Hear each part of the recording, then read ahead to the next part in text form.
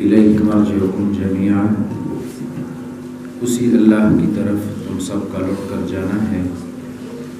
وعد اللہ حقا، اللہ کا وعدہ سچا ہے۔ انہ یبدأ الخلق، بے شک وہ پہلی دفعہ پیدا کرتا ہے مخلوق کو، ثم یعیدہ، پھر دوبارہ لوٹائے گا اس کو، لیجزی الذین، تاکہ وہ بدلہ دے ان لوگوں کو آمنوا، جو ایمان لائے، وعملوا الصالحات، اور اچھے کام کیے، بالقسط، انصاف کے ساتھ۔ والذین کفروا، اور وہ لوگ جنہوں نے کفر کیا، لہم شراب، ان کے لیے پینا ہے، من حمیم، گرم پانی سے، کھولتے ہوئے پانی سے، وعذاب علیم، اور دردناک عذاب ہے، بما کانوا یکفرون، بسبب اس کے جو کفر کرتے تھے۔ آیت کریمہ کے پہلے حصے میں اس بات قیامت ہے کہ سب کا اللہ جل شانہ کی طرف لوٹ کر جانا ہے۔ وعد اللہ اور حقا، یہ دونوں مصدر ہیں، مفعول مطلق ہیں، دونوں کا علیحدہ علیحدہ فعل محذوف ہے۔ بامحاورہ معنی ہوگا کہ اللہ کا وعدہ ہے، یہ سچا وعدہ ہے۔ انہ یبدأ الخلق میں قیامت کی دلیل بتائی۔ کفار کے ذہن میں یہی اشکال تھا کہ جب ہم مر جائیں، مٹی میں مل جائیں، تو اثر نو ہمیں کیسے بنایا جائے گا، کیسے پیدا کیا جائے گا؟ تو ان کو بتایا اس اللہ نے تمہیں پہلی دفعہ پیدا کیا، وہی دوبارہ لوٹائے گا۔ جس طرح پہلی دفعہ اس کے لیے پیدا کرنا، جب تمہارا وجود بھی نہیں تھا، اس کے لیے آسان تھا، تو دوبارہ پیدا کرنا اس کے لیے کیا مشکل ہے۔ لیجزی الذین آمنوا وعملوا الصالحات بالقسط، اس جملے میں قیامت قائم کرنے کی حکمت اللہ پاک نے بتائی۔ قیامت کیوں آئے گی؟ تاکہ اللہ جل شانہ نیک عمل کرنے والوں اور ایمان والوں کو انصاف اور عدل کے ساتھ بدلہ دے دے، اس وجہ سے قیامت قائم ہوگی، اور تاکہ کافر لوگوں کو عذاب ملے، سزا ملے۔ تو اس میں بشارت بھی ہے اور تخویف بھی ہے، اور قیامت قائم کرنے کی حکمت بتائی گئی۔ قیامت کا قائم کرنا اس لیے ہے تاکہ اچھے کو اچھائی کا اور برے کو برائی کا بدلہ وہ مل جائے۔ هو الذی جعل الشمس ضیاء، یہ توحید باری تعالیٰ پر دوسری عقلی دلیل ہے۔ پہلی عقلی دلیل تھی ان ربکم اللہ الذی خلق السماوات، اور یہ دوسری عقلی دلیل ہے۔ اللہ وہ ہے جس نے بنایا سورج کو ضیاء، روشنی کا ذریعہ، والقمر نورا، اور چاند کو روشن اس نے بنایا۔ ضیاء اور نور مترادف لفظ ہیں، اور علماء اس میں تھوڑا فرق بتاتے ہیں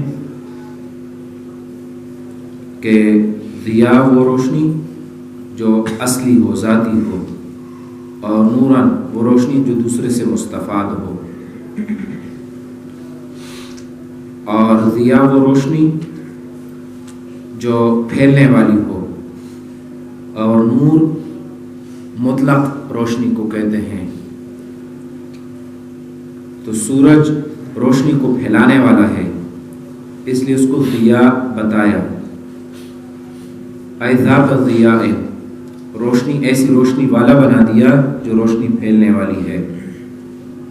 اور چاند کو ذو نور بنایا، روشنی والا بنایا۔ اور یہ تقسیم مخلوق کے لیے ہے۔ اللہ تبارک و تعالیٰ کی صفات سب سے نرالی ہیں، اللہ جل شانہ جو اللہ نور السماوات والارض بتایا گیا تو اس میں یہ ترجمہ نہیں کرو گے جو چاند کے لیے ہے جس کی روشنی دوسرے سے مستفاد ہو۔ اللہ تبارک و تعالیٰ تو خود خالق ہے، مالک ہے روشنی کا۔ وقدرہ منازل، اور اللہ پاک نے چاند کے لیے منزل مقرر کی۔ چاند کی منزلوں سے کیا مراد ہیں؟ ایک تو اس وقت علم فلکیات کی اصطلاحات میں منازل ہیں کہ فلکیات کے علماء نے افق کو، سورج آسمان کو 12 برجوں میں تقسیم کیا اور ہر برج کو 28 منزلوں میں تقسیم کیا، ہر منزل کا نام رکھا، ہر برج کا نام رکھا۔ یہ بات کی اصطلاحات ہے علم حیات فلکیات کی۔ اللہ تبارک و تعالی نے جس کو منازل فرمایا تو اس سے مراد روزانہ طلوع ہونے کی جگہ اس سے مراد ہے۔ لوگ اپنی آسانی کے لیے اس کا جو بھی نام رکھیں تو وہ رکھ سکتے ہیں، اور قدرہ منازلہ میں آپ اس کو ذکر نہیں کر سکتے کہ فلاں برج، فلاں منزل اس سے مراد ہیں، وہ لوگوں کی اصطلاحات ہیں۔ اور اللہ تبارک و تعالیٰ نے جس کو منازل فرمائے اللہ پاک کے علم میں ہے، اور ظاہر یہی ہے کہ جس سے روزانہ سورج طلوع ہوتا ہے، روزانہ چاند طلوع ہوتا ہے، تو وہ منزل مراد ہیں۔ قدرہ منازل، اللہ پاک نے اس کے لیے منزلیں وہ مقرر کی۔ اور سورج اور چاند یہ اللہ پاک کی مخلوق ہیں، اللہ پاک نے ان کو ایک خاص اندازے سے رکھا ہے، اس نظام کے تحت یہ چلتے ہیں، ایک لمحہ کے لیے اس میں وہ کوتاہی نہیں کر سکتے۔ لِتَعْلَمُوا عَدَدَ السِّنِينَ وَالْحِسَابَ، یہ اس لیے مقرر کیے تاکہ تم سالوں کی گنتی اور حساب کو جان سکو۔ اس لیے اللہ تبارک و تعالیٰ نے سورج اور چاند کا یہ نظام بنایا۔ ایک سورج کی تاریخ ہوتی ہے جس کو آپ انگریزی تاریخ کہتے ہیں، ایک چاند کی تاریخ ہے جس کو آپ اسلامی تاریخ یا قمری تاریخ کہتے ہیں۔ تو یہ دونوں حساب رکھنا اس میں کوئی قباحت نہیں ہے، صرف یہ ہے کہ اسلامی احکامات، اسلامی تعلیمات وہ چاند کی تاریخ کے ساتھ مقرر ہیں، رمضان ہے، عیدین ہیں اور زکوٰۃ کا مسئلہ ہے، اس طرح کی چیزیں وہ چاند کے ساتھ، چاند کی تاریخ کے ساتھ معلق ہیں۔ اور چاند کو اسلامی تعلیمات کی روح سے لیا گیا ہے، اس لیے معاشرے میں ایسے لوگوں کا موجود ہونا ضروری ہے جو چاند کی حساب کو رکھیں اور لوگوں کو اس کے مطابق بتائیں۔ اگر پورا معاشرہ اس سے غافل ہو جائیں تو سب اس کوتاہی کی وجہ سے گناہ کے مرتکب ہوں گے۔ اور انگریزی تاریخ کو اسلامی تاریخ کے ساتھ ملا کر لکھنا صحیح ہے، صرف انگریزی تاریخ کو بھی استعمال کرنا صحیح ہے، لیکن چاند کی تاریخ کو، اسلامی تاریخ کو یکسر چھوڑ دینا اور صرف انگریزی تاریخ کو استعمال کرنا یہ مسلمان کی شان نشان نہیں ہے۔ ما خلق اللہ ذلک الا بالحق، نہیں پیدا کیا اللہ پاک نے ان چیزوں کو مگر حق ثابت کرنے کے لیے۔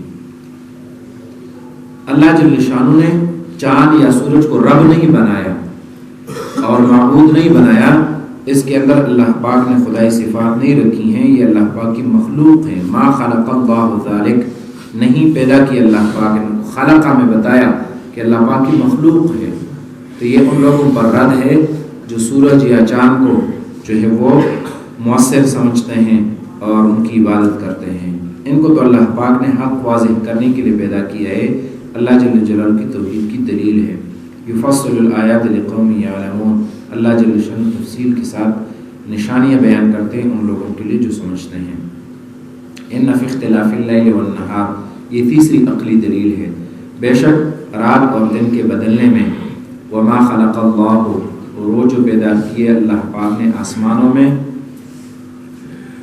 سورج، چاند، ستارے، فرشتے، والارض، اور زمین میں خشکی، سمندر، پہاڑ، انسان، حیوانات، نباتات، دیگر چیزیں، لآیات لقوم یتقون، البتہ نشانیاں ہیں ان لوگوں کے لیے جو ڈرتے ہیں اللہ پاک سے، بچتے ہیں۔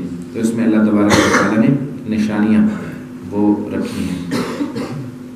آپ نے دیکھا تینوں دلائل میں اللہ تبارک و تعالیٰ نے اپنی مخلوقات کو ذکر فرمایا کہ اللہ جل شانہ کی مخلوقات ہے اور اللہ پاک کی وحدانیت پر دلیل ہے۔ اس لیے عربی کے ایک شاعر نے کہا وفی کل شیء لہ آیۃ تدل علی انہ واحد، ہر ایک چیز کے اندر اللہ پاک کی ایک نشانی ہے جو اس بات پر دلالت کرتی ہے کہ اللہ تبارک و تعالی یکتا ہے، ایک ہے، واحد ہے۔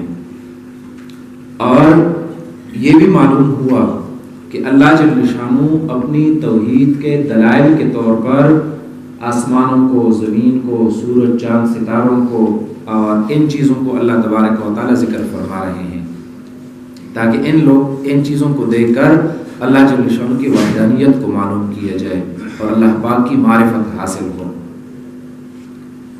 ایک قدیم زمانہ تھا جس میں ہم صرف ان مخلوقات کے ظاہر کا مشاہدہ کر سکتے تھے، دور دور سے سورج کو دیکھنا، چاند کو دیکھنا، دیگر مخلوقات کو سرسری طور پر دیکھنا، اس سے اللہ تبارک و تعالیٰ کی قدرت کو معلوم کر کے اللہ پاک کی وحدانیت کو پہچانا جاتا تھا۔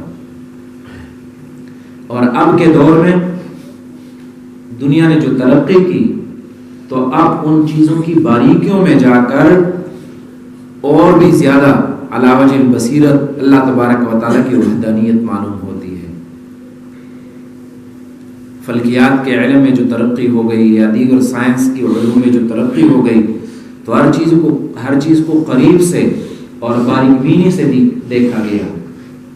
مثال کے طور پر چاند آپ لے لیں تو پہلے تو یہ کہ ہم صرف اس کی ٹکیا کو دیکھ کر معلوم کر لیں کہ دیکھیں کس طرح اللہ جل جلالہ کی قدرت کی شاہکار ہے، لیکن اب جب اس کو قریب سے دیکھا گیا اور سائنس روح سے اس کا تجزیہ کیا گیا تو زمین وہ سورج کے گرد جکڑی ہوئی ہے جس طرح رسیوں میں کسی نے اس کو باندھا ہو، اور چاند جو ہے وہ زمین کے گرد بندھی ہوئی ہے، بندھا ہوا ہے، اور وہ ایک لمحہ کے لیے وہاں سے ہل نہیں سکتا، ہٹ نہیں سکتا۔ اگر ایک ذرہ کے برابر وہ آگے پیچھے ہو جائے تو وہ جا کر زمین کے ساتھ یا کسی اور چیز کے ساتھ ٹکرائے، اور اس طرح زمین بھی۔ تو یہ اللہ تبارک و تعالیٰ نے ایک جچے تلے نظام میں اللہ پاک نے ان ساری چیزوں کو جوڑا ہے، اور ایک ایسی مقناطیسی قوت ان کے درمیان اللہ تبارک و تعالیٰ نے پیدا فرمائی ہے کہ جس سے یہ چیزیں نہ آگے ہو سکتی ہیں ورنہ پیچھے ہو سکتی ہیں۔